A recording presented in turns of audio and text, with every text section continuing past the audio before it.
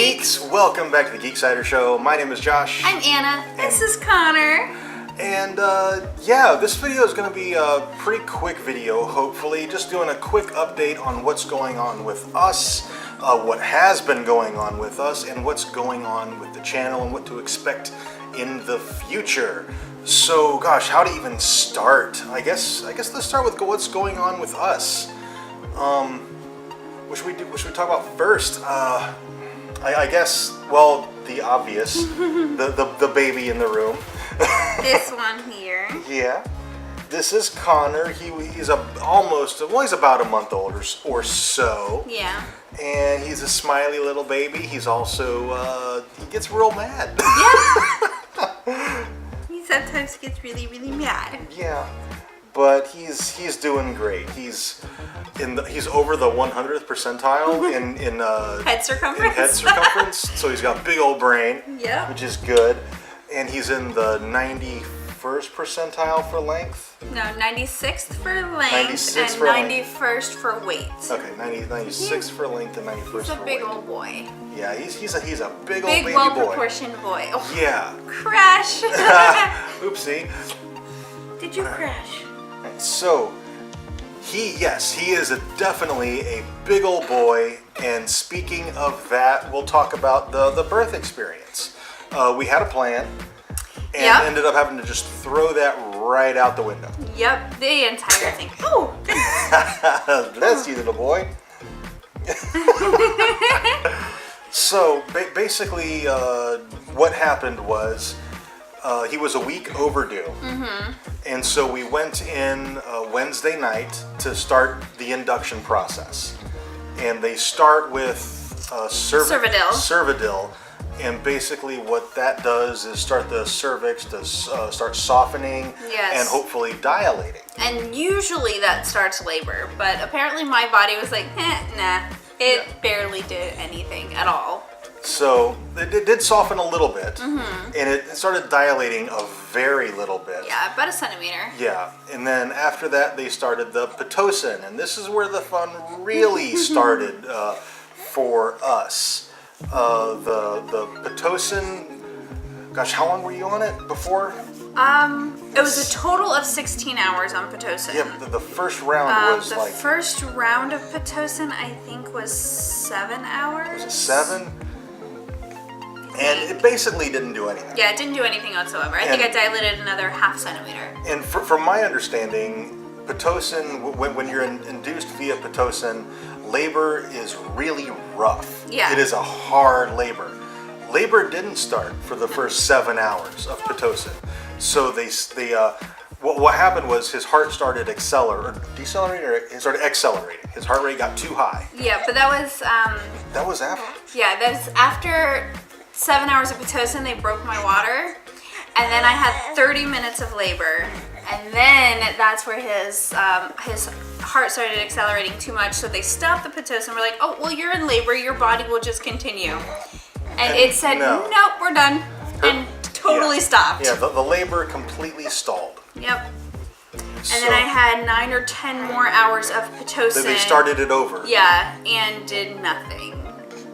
No labor, no dilation, nothing. So, and what happened when they broke Anna's water was it was meconium stained, which freaked me out because I don't know that much about I don't have hardly any medical knowledge. I know enough to scare myself. That's about it. And so I know that meconium in the water is bad. I didn't know the difference between like meconium stained and like meconium water.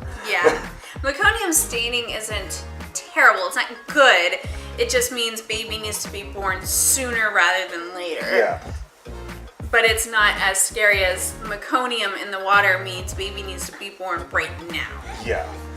So the fact that there was the water was meconium stained and then the Pitocin just wasn't doing anything. We basically had a couple of options. After 16 total hours of Pitocin, the labor wasn't going anywhere. We had a few options. We could stop the Pitocin and start over. Yeah, which we had already done, and it didn't work. And so that was out of the question. We weren't going to do that. We could elect for a C-section. Yes, which is what we ended up doing. Yeah. Oh, I forget what the third option was. What was the third one? Yeah, the third option was to continue increasing the Pitocin, but it was that's already right. at the highest level they can do without having a doctor present. Yeah, and the doctor was present, so if we wanted to do a higher dosage of Pitocin, we could have, but we didn't want to do that, so we elected to have the C-section done, and from there, things happened really, really fast. Yeah, when you decide to have a C-section, like 10 minutes later, you're having your C-section. Like, they don't mess around, or at least they didn't for us, and for everybody I've ever talked to, that's exactly how it is. As soon as you decide, they do it right that second. There is no waiting around. And from there, from my perspective, you know, they took Anna into the OR. They brought me my my gown to put on, my the sterile gown to put on, and then I had to wait for several minutes because while Anna was in the OR, she was getting her spinal done, which basically numbs you from the chest down. Oh, he wants to rage. So the spinal was terrifying. I thought going in, having the spinal placed was going to be the scariest part because it's a needle, it goes into your spine. That sounds awful. Yeah, that was fun. Excuse you. He's talking. That was totally fine. I didn't have any complaints of that whatsoever. The anesthesiologist was amazing and put me at ease. The spinal itself taking effect was terrifying though. It's just a weird sensation. It starts at your toes and it works all the way up to your chest and you just start going numb and you can't feel anything whatsoever. I had a cough, and so when I was coughing, I couldn't cough, and it was weird. I was just going like that, and I was trying to cough, and it was just scary. It was really scary to not be able to feel anything or control anything below my chest. So all that was happening. I wasn't in the room yet. So when I got into the OR, they hadn't started cutting or anything yet, I don't think. No. I was consciously not looking in that direction because I didn't want to see it. So I got around to behind the curtain and I saw just Anna's face, and it was one of the scariest things I've ever seen because she was crying, and like I thought it was because she was afraid and scared and freaking out, but it turns out I was crying because I was so relieved he was finally there and I wasn't by myself anymore. And just after, we hadn't really slept the night before, and we had 16 hours of Pitocin, and just it was 2 very long days. I was exhausted. The hormones were going because I was having my baby. So I was just bawling because I was so happy he was finally there. Because it felt like forever. It was probably like 10 minutes total, but it felt like forever. Yeah, I can't even imagine how long it felt for you because it felt like a long time for me. And I was just waiting to be told that I was allowed to go in. And you were going through everything else. And oh my gosh, I can't, like I said, just the look on her face, just the tears. It was really, really scary for me because I didn't know what actually was going on. But yeah, he's so cute. And then it seemed like the procedure didn't take very long. Felt like it for me. Felt like it for me. I felt like I was waiting forever to hear him cry, because that's what I was waiting for, is to hear him cry. And of course then the little buddy decided not to cry when he came out. He didn't cry at all. But my doctor is amazing, and as soon as he came out, she's like, he's out, he's good, and he's just looking around at everybody, but he's doing perfectly fine. He'll cry here in a minute. And he did. And then they brought him around and let us see him. They just kind of held him on the other for a second to let us see him. Yeah, just to let us see that he was okay once the cord was cut and everything. Yeah, and then they took him back behind the curtain and cleaned him off and brought him back again so we could cuddle him a little bit before we got to the nursery. Yeah. And that brings me to like this next scariest moment of my entire life. I got to follow him to the nursery and be there when they gave him his Hep B vaccine and everything. So I got to spend some time with him in the nursery. But then bringing him from the nursery into the recovery suite, I get in there and Anna is ghost white and shivering, like her teeth were chattering. She was shivering. Yeah, so my teeth were chattering so hard that I had to put my retainer in because we were afraid I was going to crack my teeth. So the shivering and the teeth chattering is totally normal thing that happens after having a spinal, apparently. Although the nurse kind of forgot to let us know that this was a thing. Our overnight nurse was awful. Yeah, she was real bad. She was awful. All of our other nurses were fantastic. Just the overnight nurse, and of course the C-section happened at like 11 p.m. So yeah, so it was real bad. Yeah, worst possible nurse to have during that. Yes. The turning completely white is a thing I do after being under any sort of anesthesia, and yeah, I forgot to tell him that that's the thing I do. That was terrifying. She literally had no color at all. Like, it was one of the absolute scariest thing I saw all night was that. And I had accidentally looked at like the tray after when I was on my way out of the OR. I looked into the tray and I saw the placenta and the umbilical cord and all that. And her being all ghost white was scarier than that. After our birth plan completely going off the rails, we had a really kind of easy stay at the hospital. Kind of. Yeah. Like after the delivery, everything else was pretty good. Yeah. I mean, we struggled with breastfeeding for a little bit. Yes, but that's for normal.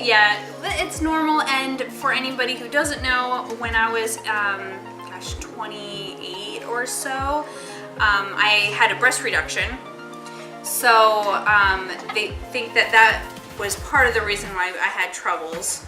And so because of that, his first real night there, because that, he was born at 11 and then he slept pretty good that first night, or for the rest of that night, but the first real night there, he didn't sleep like at all because he kept wanting to eat because he wasn't actually getting very much from breastfeeding. So but we've got everything, pretty much figured out now. We've it's of course he's a month old now, so yes. if we didn't, that'd be real bad.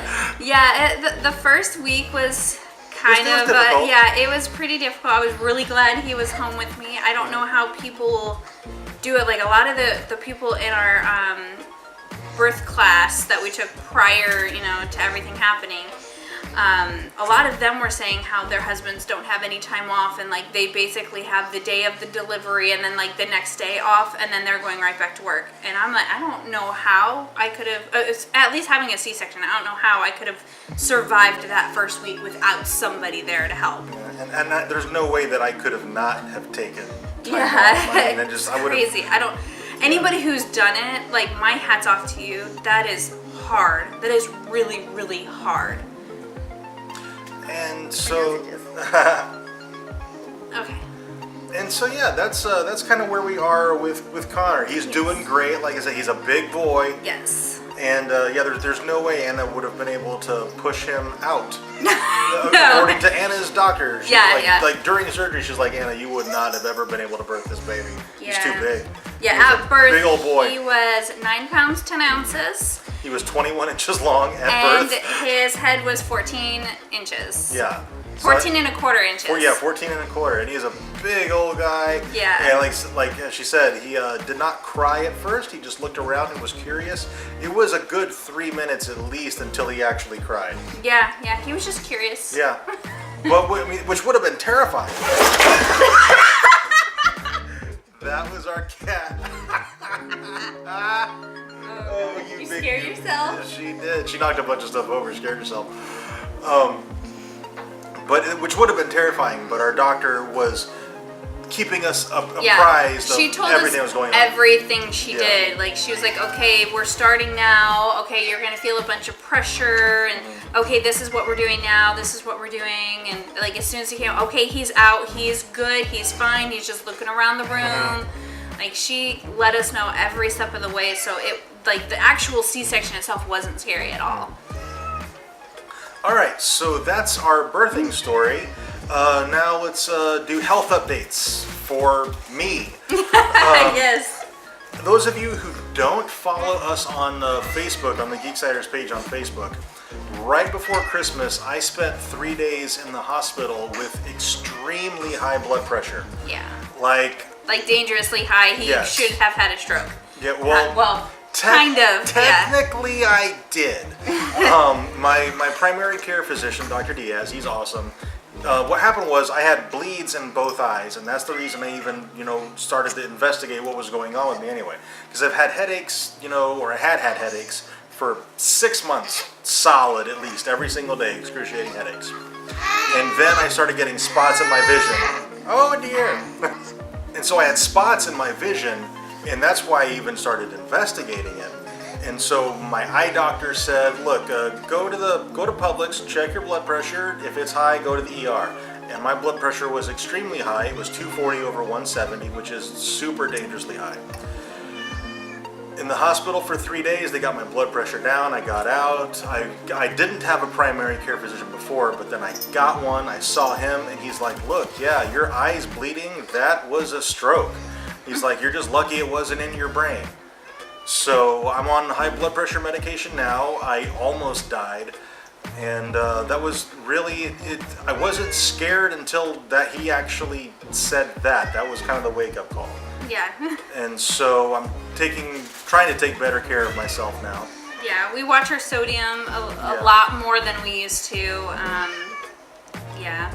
And I'm going to try to start working out here again soon. As soon as we get to a point where Giselle's going to attack that balloon. Yeah, as soon as we get to a point where we're like on a good sleep schedule, and we're almost there because he's an amazing sleeper at night. Yes, during the day not so much. Yeah, during the day no, but at night, yeah.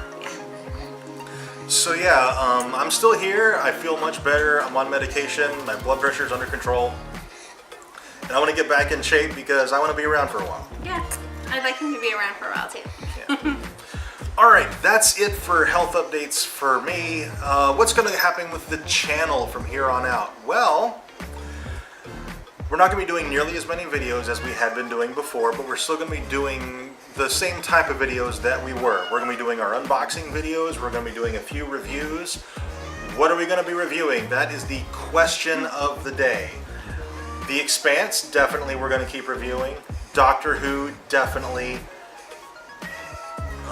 Westworld, definitely. Game of Thrones, definitely. That is it. That is the only shows we are definitely going to be reviewing.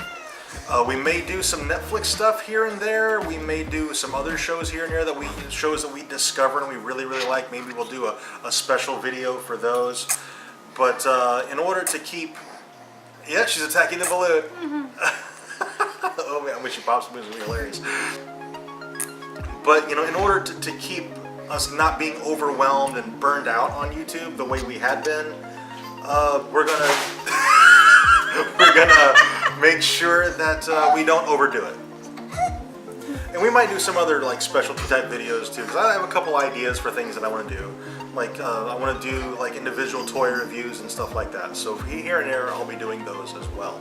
And yeah, I think that's pretty much all we have for this video. If you guys have questions or anything, let us know down in the comments. We'd be happy to answer any questions you have. If you enjoyed this video, if this video was helpful in any way, whether it's from my health experience, our birth experience, Anna's experience going under the anesthesia and having a C-section, what that was like. If you have questions or whatever, just let us know. Drop a like on this video if you enjoyed it. And subscribe if you haven't already. And thank you very much for watching, and we will see you next time.